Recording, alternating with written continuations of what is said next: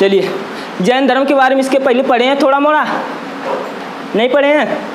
चलिए कोई बात नहीं। जैन धर्म की जब बात करते हैं तो देखिए, धर्म जो होते हैं आपके यहाँ, धार्मिक आंदोलन कई बार चले थे। धार्मिक क्या है कि धर्म की आवश्यकता क्या है कि उस समय जो लोग थोड़ा ऋषि मुनि हुआ करते थे, ऋषि मुनि का मतलब क्या है, जो तपस्या करते थे, उनको ज़्यादा जानकारी प्राप्त हो जाती थी, वो किसी न किसी एक समाज की स्थापना करते थे। अपने यहाँ की लोगों के सुख सुविधाओं को देखने के लिए, उनको मोक्ष की प्राप्ति कराने के लिए एक नया नियम कानून बना देते थे, जिसके आधार पर उसका नाम एक ठो दे देते थे धर्म। ठीक है ना? जब हिस्ट्री अच्छे से पढ़ेंगे तो आपको पता चलेगा हर एक धर्म को कोई ना कोई इंसान या तपस्वी ने पैदा ही किया है। ठीक है? अक्सर इस समय आप आजकल लोग क्या कह देते हैं, हम इस धर्म के क्या हैं, रक्षक हैं, धर्म की वजह से हम क्या है, जीवित हैं, हम धर्म की रक्षा करेंगे। भाई साहब, धर्म जो है वो इंसानों ने बनाया है। किसके लिए बनाया है? इंसानों के लिए ही बनाया है। धर्म जो है इंसान के लिए बना है, ना कि इंसान धर्म के लिए। धर्म क्यों बनाया गया कि धर्म के रास्ते पर चलकर एक इंसान दूसरे इंसान के प्रति इंसानियत सीख जाएगा। का किसी धर्म में लिखा है कि इस धर्म में किसी को मार डालो, काट डालो? किसी धर्म में नहीं लिखा है कि आप क्या करो, कि चोरी करो। करते हैं कि नहीं? कहते हैं कि हम इस धर्म के क्या है, रखवारी हैं, पुजारी हैं, मगर क्या है, जब वैसी बात आती है तो करते हैं। हर एक धर्म में देखेंगे, हर एक धर्म में कुछ ना कुछ खासियत है। खासियत हर एक धर्म में, जिन लोगों ने, देखिए कोई चीज़ बनती है, अगर शुरुआत में बनती है तो प्योर एंड शुद्ध होती है। ठीक है ना? उसमें बाद में जब धीरे धीरे परिवर्तन होने लगता है तब उसमें अशुद्धियाँ आने लगती हैं। जैसे आप कहेंगे का, जब वैदिक काल पढ़े इसके पहले, कहेंगे का जो वैदिक समाज था वो बेकार था? आप बताइए, वैदिक समाज बेकार था क्या? 4 भागों में बटा था, जो जैसा कर्म करता था उसके आधार पर उसको क्या मिलती थी, इज्जत मिलती थी, वैसा उनको सम्मान मिलता था। बाद में क्या हुआ, जब उसमें संशोधन हुआ तब ना वो बेकार हो गया। संशोधन होने के बाद बेकार हुआ ना। तो देखिए, कोई भी धर्म, जब नया कोई व्यक्ति कोई धर्म लाता है तो सोचता है कि हमारा धर्म आगे तक चले, लोग इसको माने और मानते भी हैं। परंतु उसमें कुछ ऐसे लोग हो जाते हैं जो अपने आप को श्रेष्ठ समझने लगते हैं और थोड़ा थोड़ा उसमें परिवर्तन करते करते उस धर्म को लेकर डूब जाते हैं। ठीक है ना? तो जब हम जैन धर्म की बात करेंगे तो जैन धर्म जो है, इसको लाने वाले कोई नहीं थे। लाने वाले कोई नहीं, मतलब महावीर स्वामी इसमें पहले नाम आता है। कौन? महावीर स्वामी का। परंतु महावीर स्वामी जी ने क्या किया है कि जैन धर्म की स्थापना नहीं किए। जैन धर्म के अनुसार इसमें तीर्थंकर हुआ करते थे। तीर्थंकर का मतलब समय समय पे आते थे और अपने अनुसार थोड़ा थोड़ा चेंजिंग लाते थे। इसके पहले तीर्थंकर कौन से थे पता है? ऋषभ देव। पहले तीर्थंकर कौन से थे? ऋषभ देव। जैन धर्म में टोटल आप देखेंगे तो जैन धर्म में आज तक कितना तीर्थंकर हुए हैं? 24 तीर्थंकर हुए हैं। परंतु 24 आपको पढ़ने की जरूरत है नहीं। ठीक ना? जो इंपॉर्टेंट है मेन, देखिए कभी काल 2-4-10 वर्षों में कोई पूछ देता है, नहीं तो मेन जो कौन कौन पूछ देता है, पहला पूछता है 23वां और 24वां। 24वां थे आपके कौन? महावीर स्वामी। 23वां वाले कौन से थे? कौन से थे? पार्श्वनाथ। 23वां तीर्थंकर थे पार्श्वनाथ। पार्श्वनाथ ने भी कठिन तपस्या किया था। कठिन तपस्या के बाद इन्होंने भी अपना एक धर्म दिया, इसी के तीर्थंकर बने और एक अलग से धर्म दे दिया जिसका नाम रखा था चतुरायन धर्म। क्या नाम रखा था? चतुरायन धर्म। चतुरायन धर्म। बस आपसे इतना पूछ देगा, चतुरायन धर्म की स्थापना किसने किया? तो पार्श्वनाथ। चतुरायन धर्म की स्थापना किसने किया? पार्श्वनाथ ने किया। इसके बाद क्या हुआ कि करीबन 250 वर्षों बाद एक अलग प्रकार के तीर्थंकर आए जिनका नाम था महावीर स्वामी। क्या नाम था? महावीर स्वामी। महावीर स्वामी जी आए तो इन्होंने ज़्यादा कुछ इसमें नहीं किया, मतलब तीर्थंकर तो अच्छे थे, परंतु इन्होंने क्या किया कि देखा कि है जो पार्श्वनाथ हैं कौन सा धर्म दिए हैं? चतुरायन धर्म दिए हैं। इन्होंने क्या किया, चतुरायन धर्म में एक चीज़ और ऐड कर दिया, एक चीज़ ऐड करके एक अलग धर्म दे दिए जिसका नाम क्या रखा गया? पंचायन धर्म।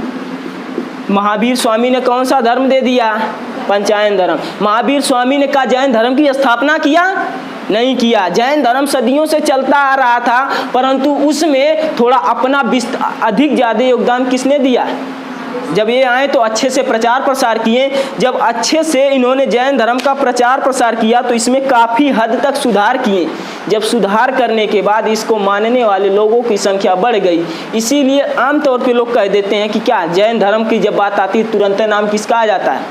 महावीर स्वामी का। परंतु हकीकत यही है कि महावीर स्वामी ने जैन धर्म की स्थापना नहीं किया था। जैन धर्म सदियों से चलता आ रहा था, इसमें केवल संशोधन किए थे, कुछ ना कुछ संशोधन करके इसका प्रचार प्रचार अच्छे से किए। अच्छे से करने के बाद ये क्या होगा? आगे बढ़ने लगा। बात समझ में आई? तो विस्तृत जो है इसमें यहाँ तक 3 इतना समझ में आया। पहला कौन सा था? ऋषभदेव। 23वां पार्श्वनाथ। पार्श्वनाथ ने कौन सा धर्म दे दिया? चतुरायन। अब यहाँ पर 24वां कौन हुए? महावीर स्वामी। महावीर स्वामी ने कौन सा धर्म दिया? पंचायन धर्म। इसमें जब बात आती है तो डायरेक्ट महावीर स्वामी की बात आती है जैन धर्म में, आपके सिलेबस के अनुसार तो डायरेक्ट महावीर स्वामी की बात करते हैं। इन्होंने क्या किया, ठीक है ना।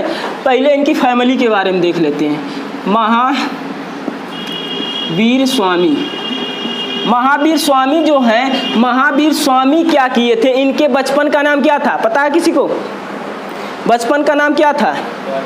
वर्धमान। बचपन का नाम क्या था? वर्धमान था। वर्धमान। बचपन का नाम इनके था वर्धमान। इनका जो जन्म हुआ था कब? 540 ईसा पूर्व। कब हुआ था?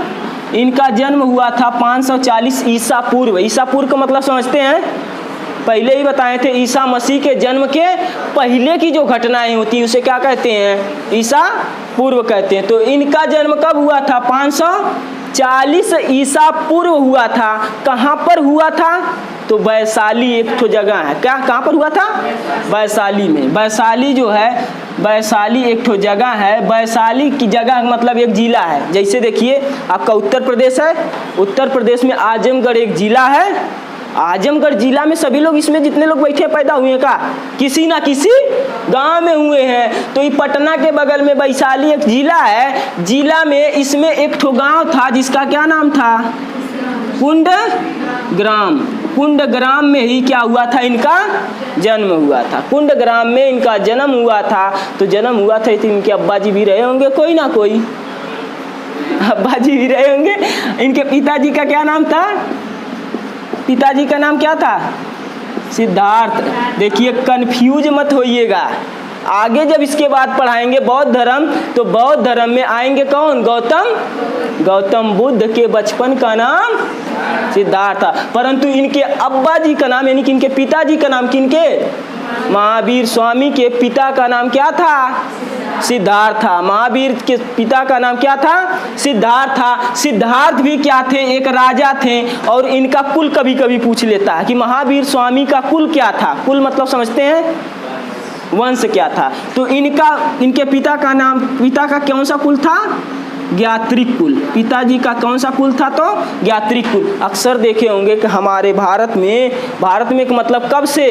वैदिक काल से ही चलता आ रहा है। भारत में पितृसत्तात्मक देश है। पिता का क्या होता है? वरीयता दी जाती है। पिता का जो धर्म होगा उसी के धर्म से बेटवा के ऊपर का छाप, मतलब समझ रहे हैं? अगर पिताजी मान लीजिए यादव हैं तो उनका होने वाला बेटा क्या होगा? यादव होगा। जाति पर आ गए। पिताजी अगर हिंदू हैं तो आने वाला बेटा हिंदू होगा। परंतु जब से संविधान बना है ये वरीयता नहीं है। अनुच्छेद 25 में ही क्या कहा गया था? व्यक्तिगत धार्मिक। अगर आप चाह रहे हैं अपना धर्म परिवर्तन करना तो कर सकते, कोई भी बाउंडेशन नहीं। बात समझ आ रही है? तो इनका जो है कुल कौन सा था? तो ज्ञात्रिक कुल था। राजा थे, राजा के बेटे थे, और राजा थे तो इनकी माता जी का होंगी, वो भी रानी होंगी। माता जी का क्या नाम था? माता जी का नाम था त्रिशला। क्या नाम था? त्रिशला। त्रिशला नाम था। जब आपको आगे महाजनपद पढ़ाएंगे, ठीक है, महाजनपद में आपको पता चलेगा एक लिच्छवी था। लिच्छवी, क्या नाम था? लिच्छवी। लिच्छवी जो एक राजवंश था, लिच्छवी के ही राजा एक ठो हुआ करते थे जिनका नाम था चेतक। क्या नाम था? चेतक। लिच्छवी के राजा थे, क्या नाम था उनका? चेतक। चेतक की बहन यानी कि बहुत बड़ा राजा ये थे। लिच्छवी एक बहुत बड़ा, जैसे मगध साम्राज्य था, मगध साम्राज्य के बारे में जानते हैं, मगध साम्राज्य की तरह ही एक लिच्छवी साम्राज्य था जिसके बहुत बड़े नेता का राजा कौन से थे? चेतक। इन्हीं चेतक की बहन कौन थी? त्रिशला। त्रिशला थी। और बीबी किसकी हो गई? बीबी सिद्धार्थ की हुई। सही है। बीबी किसकी हुई? सिद्धार्थ की हो गई। जब इन लोगों का क्या हुआ, संपर्क हुआ, तो इसके बाद इनको एक क्या हुआ, पुत्र पैदा हुआ। नाम क्या था? नंदीवर्मन। बड़ा बेटा का नाम नंदीवर्मन। बड़ा बेटा का मतलब भाई। भाई इनका कौन से थे? नंदीवर्मन। देखिए ये जो छोटा छोटा है, ये कभी कभी पूछ देता है इससे ऐसे लोकल में, थोड़ा मोड़ा इसको कॉमन जानकारी के बाद आगे चलते हैं, तब चलेंगे यहाँ पर, ठीक है ना। किसी को कोई दिक्कत है? बचपन का नाम क्या था? वर्धमान। जन्म कब हुआ था? 540 ईसा पूर्व। कहाँ पर हुआ था? तो वैशाली के एक कुंडग्राम में हुआ था। इनके पिताजी का नाम क्या था? सिद्धार्थ। सिद्धार्थ आपसे पूछ देखता है कि महावीर स्वामी किस वंश के थे? तो ज्ञात्रिक कुल के थे। हई वाला कुल काहे नहीं आया? काहे कि जो भारत जो है पितृसत्तात्मक देश है, पिता का जो वंश होगा वही वंश उसके बेटे पर पड़ेगा, वही वंश उसके बेटे पर क्या होगा? पड़ेगा। तो इसीलिए किस वंश के थे? तो ज्ञात्रिक कुल के थे। अब इनकी माता जी जो थी वो त्रिशला थी। त्रिशला किसकी बहन थी? किसकी बहन थी? चेतक की। चेतक का जीजा कौन था? सिद्धार्थ। चेतक का जीजा सिद्धार्थ था। बात समझ में आई? आगे चले। इनका भाई कौन हो गए? नंदीवर्मन। आगे चलें। जब धीरे धीरे क्या हुए, ये वर्धमान यानी कि महावीर स्वामी जब बड़े हुए, तो बड़े होंगे शादी विवाह होगा। शादी विवाह हो गई। शादी विवाह है कि सुंदर सुशील पत्नी भी आ गई। सुंदर सुशील पत्नी आई तो पत्नी का भी कुछ नाम होगा। नाम क्या था? यशोदा। यशोदा। क्या नाम था? यशोदा। यशोदा नाम की इनको प्रिय पत्नी मिली। क्या हुआ? इसके बाद इनकी क्या हो गई? इनसे शादी हो गई। इसके बाद इनसे क्या हो गई? इनकी शादी हो गई। जब इनकी भी शादी हो गई तो इनके भी बाल बच्चे होंगे। इनको यशोदा से एक ठो बेटी पैदा हुई जिसका नाम क्या था? बहुत ही ज़्यादा प्रिय इनको थी, इसीलिए इन दोनों लोगों ने मिलकर इसका नाम रख दिया प्रियदर्शनी। क्या नाम रखे? प्रियदर्शनी। समझ में आ रही बात? प्रियदर्शनी यानी कि महावीर स्वामी के बीबी का क्या नाम था? यशोदा। इनकी बेटी का प्रियदर्शनी। जब प्रियदर्शनी भी बड़ी होंगी तो इनका भी शादी होगा। इनके दामाद का नाम क्या था? कभी कभी पूछ देता। इनके दामाद का क्या नाम था? जमाली। क्या नाम था? जमाली। यहाँ तक किसी को दिक्कत हो तो बताइए। इनके दामाद का क्या नाम था? जमाली नाम था। इनके दामाद का क्या नाम था? जमाली। बेटी का प्रियदर्शनी। पत्नी का यशोदा। भाई का नंदीवर्मन। भाई का नंदीवर्मन। ये तो हो गया इनका क्या नाम है? पूरा परिवारगण। ठीक है, किसी को कोई दिक्कत हो तो बताइए। मिटाए? चलिए आगे चलते हैं। अब धीरे धीरे क्या हुआ कि बड़े होने लगे। जब धीरे धीरे बड़े हुए, जब 30 वर्ष के हो गए तो इनके पिताजी कौन थे? सिद्धार्थ। इनके पिताजी यानी कि सिद्धार्थ जी के प्राण पखेरु उड़ पड़े। इनके सिद्धार्थ यानी कि पिताजी क्या हुए? चल बसे। जब चल बसे होंगे तो कोई दो भाइयों में से कोई राजा बनेगा। राजा का नियम क्या होता था? जो पहला बेटा होगा, बड़ा बेटा, वही क्या करेगा? राजा बनेगा। तो बड़ा बेटा कौन था? नंदीवर्मन। बड़ा बेटा कौन था? नंदीवर्मन। इनके पिताजी की मृत्यु हो जाने के बाद नंदीवर्मन क्या बन गए? राजा बन गए। नंदीवर्मन क्या बन गए? राजा बन गए। कि कहाँ का राजा बने? किस वंश के? ज्ञात्रिक वंश के। ज्ञात्रिक कुल के क्या बन गए? राजा बन गए। ठीक है ना। इसके बाद क्या हुआ कि कुछ समय ऐसे बीतते गया। कुछ ही समय बाद इन्होंने क्या किया कि इन्होंने घर द्वार छोड़ने की बात हो गई। तो घर द्वार छोड़ेंगे किससे? किसी ना किसी से पूछेंगे। तो पूछने की बात आई तो अब्बा जी तो पहले में चल दिए थे, उनसे तो पूछ नहीं सकते थे। राजा कौन था वर्तमान में? इनके भाई का नाम क्या था? नंदी वर्मन। तो नंदी वर्मन को जाकर बहुत समझाएं कि हम क्या करना चाहते, घर द्वार छोड़ना चाहते, हमारे मन में वैराग उत्पन्न हो गया, अच्छा नहीं लग रहा घर पर, हम समाज में क्या करना चाहते, कुछ ना कुछ सेवा करना चाहते, अच्छा काम करना चाहते। एक काम करिए, आप तो राजा है ये हैं, हमारी बीवी को संभाल लीजिए, हम क्या है जा रहे हैं, हम क्या कर रहे हैं, क्या हुआ, संभाल लीजिए का मतलब सदिया नहीं करना चाहिए। भाई साहब सदिया, देखिए शादी वाली बात तो अलग है, शादी क्या है, जिसका मन जब से बदल जाए।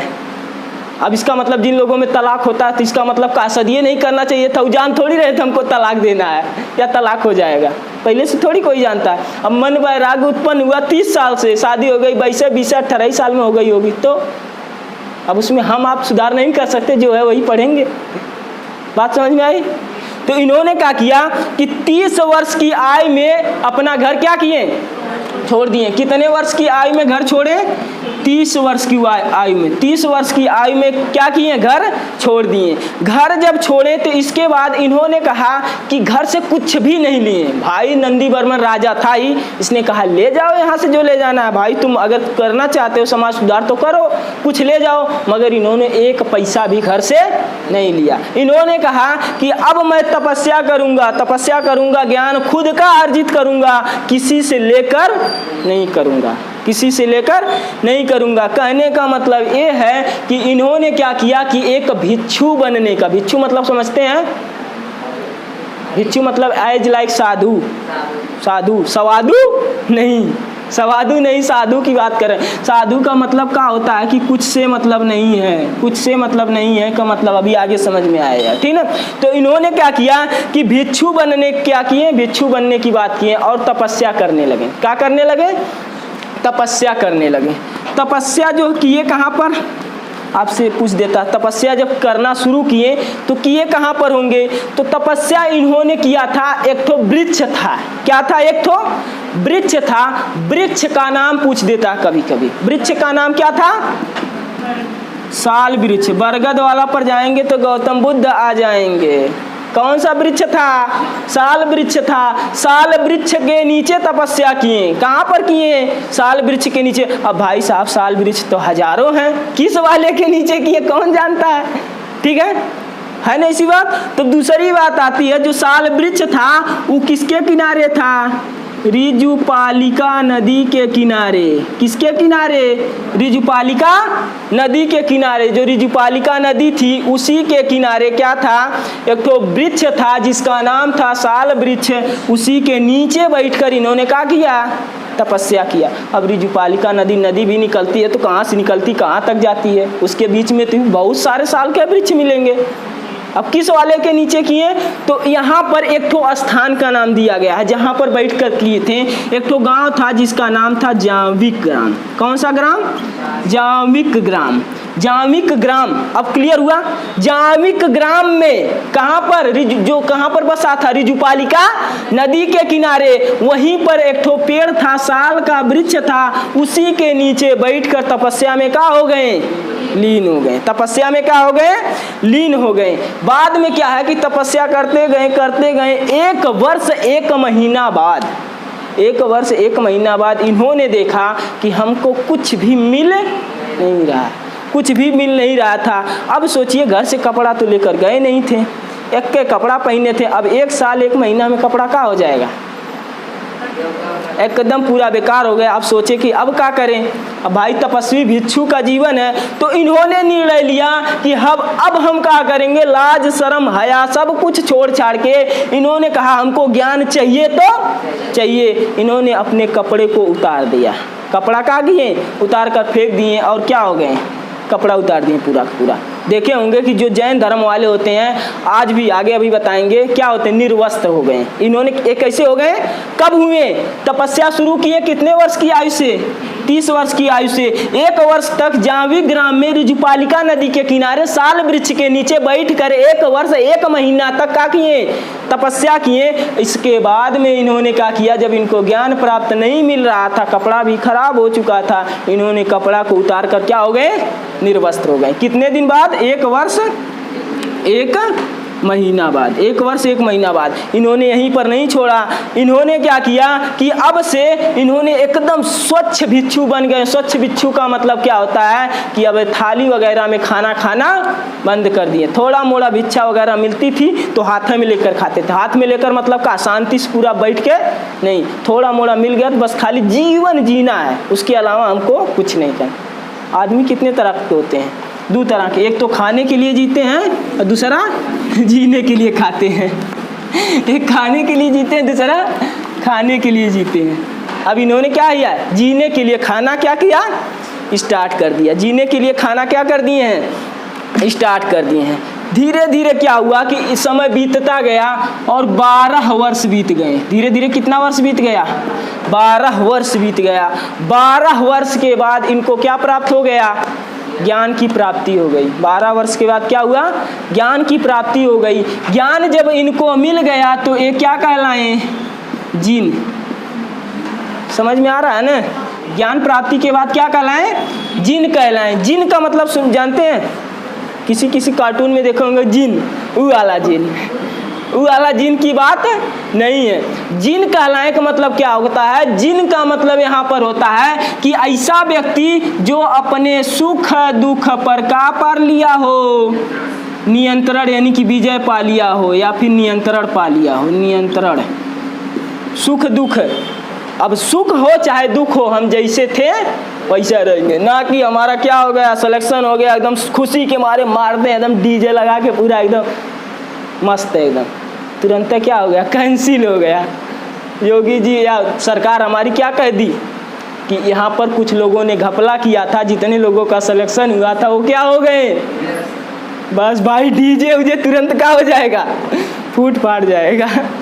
इतना ज़्यादा खुशी भी नहीं होना। इन्होंने क्या किया था, जिन का मतलब जब इनको ज्ञान प्राप्त हुआ तो क्या कहलाए, जिन कहलाए। जिन ऐसे लोगों को कहते हैं जो क्या है कि अपने सुख दुख पर क्या पा लेते हो, विजय पा लेते हो, नियंत्रण पा लेते हो। चाहे कितना भी दुख आ जाए वो कैसा रहेंगे, सेम रहेंगे। कितना भी सुख आ जाए तब भी वैसे रहेंगे, सुख दुख पर विजय पा लिए। ठीक है ना। देखिए होंगे अक्सर क्या होता है कि हम लोगों को अच्छा क्या लगता है, इसमें से क्या अच्छा लगता है, अरे सुख दुख में से क्या अच्छा लगता है, सुख अच्छा लगता है। सबको लगता है कि हाँ क्या हुआ, दुख भी अच्छा लगता है। एक तो दीजिए पिछवा से दीजिए अरे तुम्हें तो ऐसे थोड़ी मारा जाता, अच्छे से, ठीक है ना। देखिए सुख जब होता है, सुख सबको चाहिए, हर समय क्या है, सबको सुख चाहिए। पढ़ क्यों रहे हैं हम लोग यहाँ पर, पढ़ क्यों रहे हैं कि हमको नौकरी मिल जाए, हमारे जीवन क्या हो, खुशी खुशी बीते, एकदम सुख से बीते। परंतु देखिएगा जीवन क्या है, एक संघर्ष है। कभी कभी क्या है, हमारी इच्छा कभी नहीं मरेगी, इतना ध्यान रखिएगा, आगे अभी पता चलेगा आपको।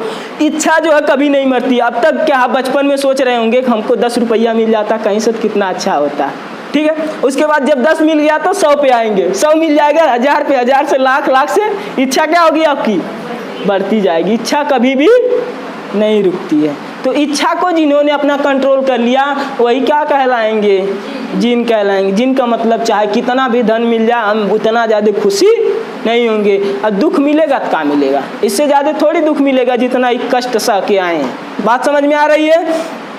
इसके बाद जब इन्होंने जिन कहलाए मतलब ज्ञान प्राप्त हो गया, जिन कहलाए, तो इसके बाद इन्होंने अपना उपदेश देना शुरू कर दिया। क्या किए हैं, उपदेश देना शुरू कर दिए। इन्होंने त्रिरत्न दिया था। त्रिरत्न का मतलब 3 ठो अनमोल वचन दिया था, जिन्हें इन्हें कहते हैं त्रिरत्न।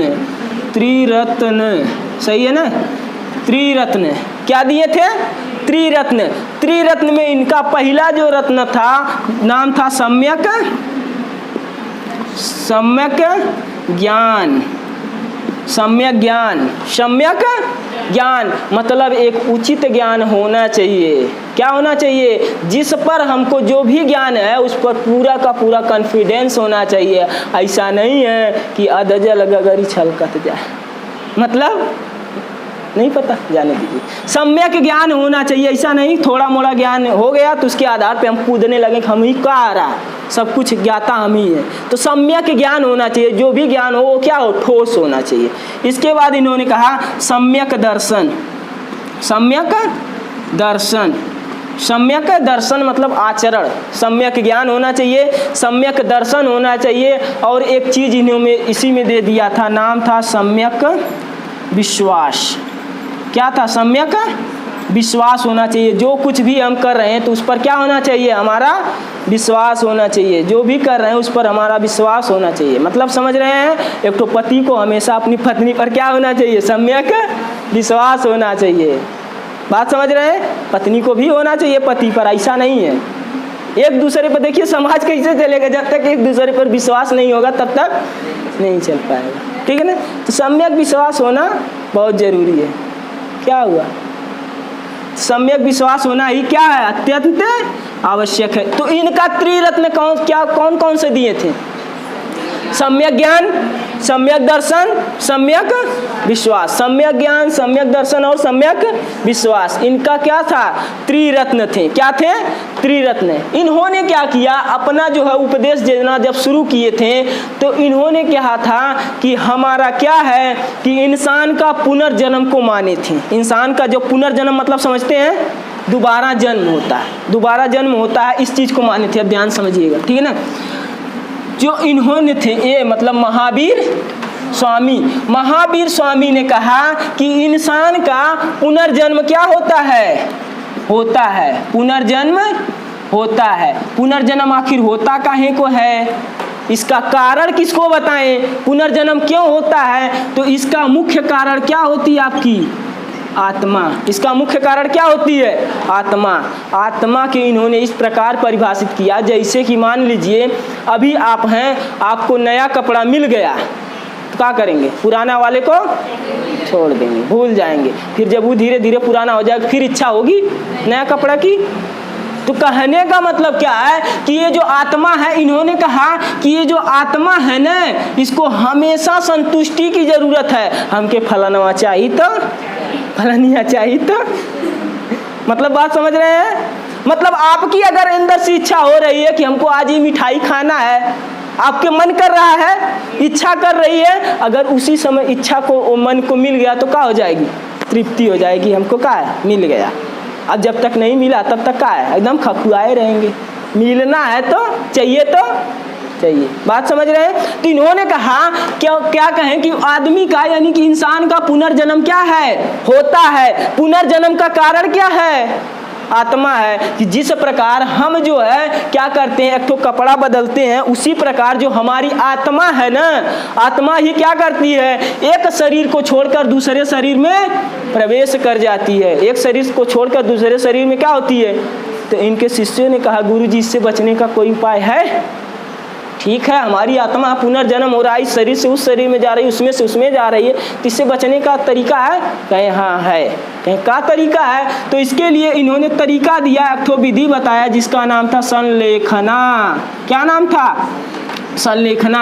संलेखना जो होता है वो कठोर नियम होता है। क्या होता है? कठोर नियम। कठोर नियम कहने का मतलब क्या है, कह रहे हैं कि अगर जो आपकी आत्मा है ना, ये क्या कह रही है कि हमको अक्खे छोड़कर दूसरे में प्रवेश करना, जाना है। आपका मन कर रहा है कि हमको छेना खाना है तो खाना है, मन कर रहा है, तो आत्मा को इतना ना क्या करो, पूछ डालो कि इसको क्या करो, दूसरे शरीर में प्रवेश करने से ही क्या करे, डर जाए। कहने का मतलब अभी समझ में नहीं आया होगा। देखिए आपका मन कर रहा है, ठंडी के समय में क्या मन करेगा,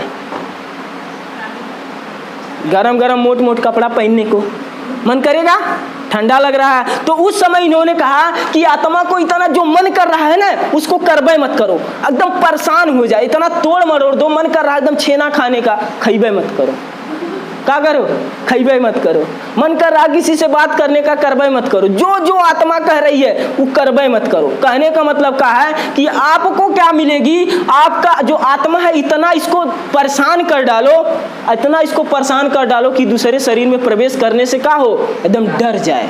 कहने का मतलब डर कैसे जाएगी, संलेखना ऐसी विधि होती है, इस विधि द्वारा क्या है कि अपने प्राण को त्यागते हैं जैन धर्म वाले। कौन, जो भी जैन धर्म को मानता है वो अपने प्राण को कैसे त्याग देता, संलेखना। संलेखना का मतलब होता है कि अगर आपको मरना है ना तो आध महीना पहले या 15-20 दिन 25 दिन पहले से क्या करें, एकदम खाना पीना सब कुछ छोड़ दें, एकदम सब कुछ छोड़ कर क्या करें, कुछ भी मन करे कुछ करबे नहीं करें, एकदम सब कुछ छोड़ देंगे। धीरे धीरे क्या है, बायोलॉजी में बताए थे, एटीपी आपकी ऊर्जा धीरे धीरे खत्म होती जाएगी, शरीर छीड़ भीड़ होकर एक दिन क्या होगा, खत्म काम। कहानी कठिन नियम है कि आसान है, बहुत कठिन नियम है। कहें आत्मा की जब इतना कठिन नियम है तो आत्मा परेशान हो जाएगी कि नहीं। इनका मानना था कि इतना ज्यादा आत्मा को परेशान कर दो कि दूसरे शरीर में दूसरा शरीर धारण करने से पहले क्या है, 4 बार सोचे कि हम करेंगे, इस ससुरा फिर वैसे ना करें। बात समझ रहे हैं। तो कौन सी विधि अपनाई इन्होंने, प्राण त्यागने की कौन सी विधि, संलेखना। कठोर नियम होता है कि आसान, बहुत कठोर नियम होता। आपसे पूछ देता ऐसा कौन सा राजा था जिसने संलेखना विधि द्वारा क्या किया, प्राण त्यागे, कौन सा राजा था, चंद्रगुप्त मौर्य। आगे पढ़ाएंगे मौर्य वंश में। चंद्रगुप्त मौर्य ने क्या किया था कि इसी विधि द्वारा क्या किया था, अपना प्राण को त्यागा था कर्नाटक में। कहाँ पर, कर्नाटक में। अब इनके द्वारा इन्होंने सलाह नहीं दिया था, इनका ही चेला था, आगे अभी आपको समझ में आएगा। इनका चेला कौन सा था, भद्रबाहु। भद्रबाहु के नेतृत्व में उसने क्या किया, अपना प्राण त्याग दिया।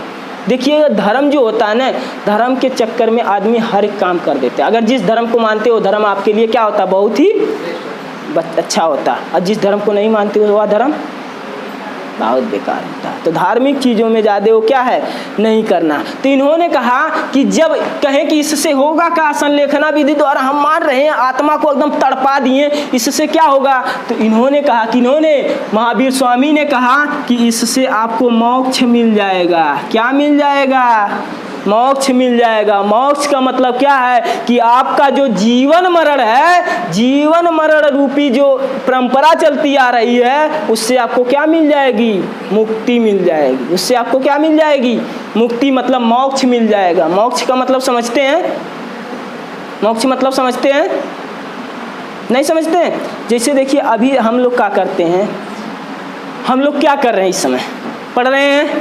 क्यों पढ़ रहे हैं, नौकरी के लिए। अभी जब तक हमको नौकरी नहीं मिले तब तक भटक रहे हैं, सोच रहे हैं पेट वाला डाल दें, पेट वाले से नेकपाल वाला भर देंगे, हो सकता वो वाला हो जाए। टेट कर दिए, सुपर टेट करके हम सोच रहे हैं बीएड वीएड करके टीचर बन जाएं। अभी कुछ लोग इसमें से पुलिस वाला भी भर देंगे। मतलब क्या है, आत्मा क्या हो रही है, भटक रही है। आत्मा क्या हो रही है, भटक रही है। एक समय ऐसा आएगा, मान लीजिए किसी का रिजल्ट हो गया, मास्टर बन गए, तो क्या हो जाएगा, आत्मा क्या हो जाएगी, तृप्त हो जाएगी। मतलब ये जो आत्मा है, आत्मा एक शरीर से दूसरी शरीर में जा रही, कभी उसमें से उसमें, कभी उसमें से उसमें। इन्होंने कहा, महावीर स्वामी जी ने कहा कि हाई विधि द्वारा, संलेखना विधि द्वारा आत्मा को इतना पूछ दो ना कि इसके बाद क्या हो जाए, कि क्या हो जाए, दूसरे शरीर में प्रवेश करने से पहले 4 बार क्या करे, सोचे। 4 बार सोचे ही नहीं, का मिल जाएगा आपको, मोक्ष मिल जाएगा। आपको क्या मिल जाएगा, मोक्ष मिल जाएगा। ठीक है ना, बात समझ में आई। इन्होंने क्या किया था कि इन्होंने जीव हत्या पर रोक लगाए थे, जैन धर्म वाले। इन्होंने कहा था कि हम लोग जितने भी जैन धर्म वाले होंगे, जैन धर्म को मानने वाले होंगे, वो किसी भी प्राणी का जीव हत्या नहीं करेंगे। जीव हत्या क्या करेंगे, नहीं करेंगे। ठीक है, देखिए जीव हत्या क्या करेंगे, जैन धर्म वाले नहीं करेंगे। देखिएगा जो जैन धर्म वाले होते हैं वो कृषि का काम भी क्या करते हैं, नहीं करते। कृषि के काम में कैसे जीव हत्या होगी, छोटे छोटे जो कीड़े मकोड़े हैं वो भी क्या होंगे, कृषि का काम करने से मरने लगेंगे। कृषि का काम करने से क्या होंगे, वो भी मरने लगेंगे। जैसे मान लीजिए आपका क्या है कि कोई भी गेहूं बो दिए, ठीक है ना, गेहूं बो दिए तो गेहूं में कीड़े लगते हैं, उसके लिए हम लोग क्या करते हैं, दवा छिड़कते हैं। तो दवा छिड़केंगे तो जीव की हत्या होगी कि नहीं। तो इन्होंने कहा कि महावीर स्वामी ने कहा कि हम क्या करेंगे, जितने भी जैन धर्म वाले हैं, पहली चीज तो क्या करेंगे, किसी भी जीव की हत्या। तो इनके शिष्यों ने कहा कि हम क्या करेंगे, अब खेती बाड़ी कर रहे हैं तो उसमें जीव हत्या होगी, कहें खेती बाड़ी क्या करो, छोड़ दो, हटाओ खेती बाड़ी। तो कृषि क्या है, जैन धर्म वाले कृषि नहीं करते हैं। देखे होंगे कि कहीं पर अगर जाते हैं, वो बैठते हैं तो पहले उस जगह को अच्छे से साफ कर लेते हैं, अपने से साफ करने से का कहीं उस जगह पर कोई छोटा जीव तो नहीं है, उस जीव हमारी वजह से मर ना जाए। ठीक है ना, जैन धर्म। बात समझ में आई। अपना प्राण त्यागने के लिए मोक्ष की प्राप्ति कैसे होगी, किस विधि द्वारा, संलेखना विधि द्वारा। संलेखना विधि आसान थी या कठिन, कठिन थी। पहला उपदेश इन्होंने जो दिया था वो कहाँ पर दिया था, कहाँ पर दिया पहला उपदेश, बताइए। पहला उपदेश कहाँ दिए थे, राजगीर में। तो अच्छे से बोलिए ना, कहाँ धीरे बोल रहे हैं, खाना वाना नहीं खाएंगे का। पहला उपदेश कहाँ दिए, राजगीर में दिए। कहाँ दिए थे, राजगीर में। आखिरी उपदेश इन्होंने पावापुरी में दे दिया। कहाँ पर दिया, पावापुरी में। आखिरी उपदेश कहाँ दिए, क्या हुआ, राजगृह, संस्कृत राजगीर। ठीक है ना, बात समझ में आई, राजगीर। इसके बाद क्या हुआ, इनका जन्म कब हुआ था, 540 ईसा पूर्व। जो जीव जो एक बार पैदा हुआ वो क्या करेगा, मरेगा भी। वो क्या करेगा, एक बार मरेगा भी। तो 468 ईसा पूर्व में क्या हो गई, इनकी मृत्यु हो गई। 468 ईसा पूर्व क्या हो गई, इनकी मृत्यु हो गई। ठीक है ना, आगे चलते हैं, आगे देखते हैं। जब इनकी मृत्यु हो गई तो इसके बाद क्या हुआ कि इनके दो ठो प्रिय शिष्य थे, इनके दो ठो प्रिय शिष्य थे। एक का नाम था भद्रबाहु, एक का नाम क्या था, भद्रबाहु। दूसरे का नाम था स्थूल बाहु।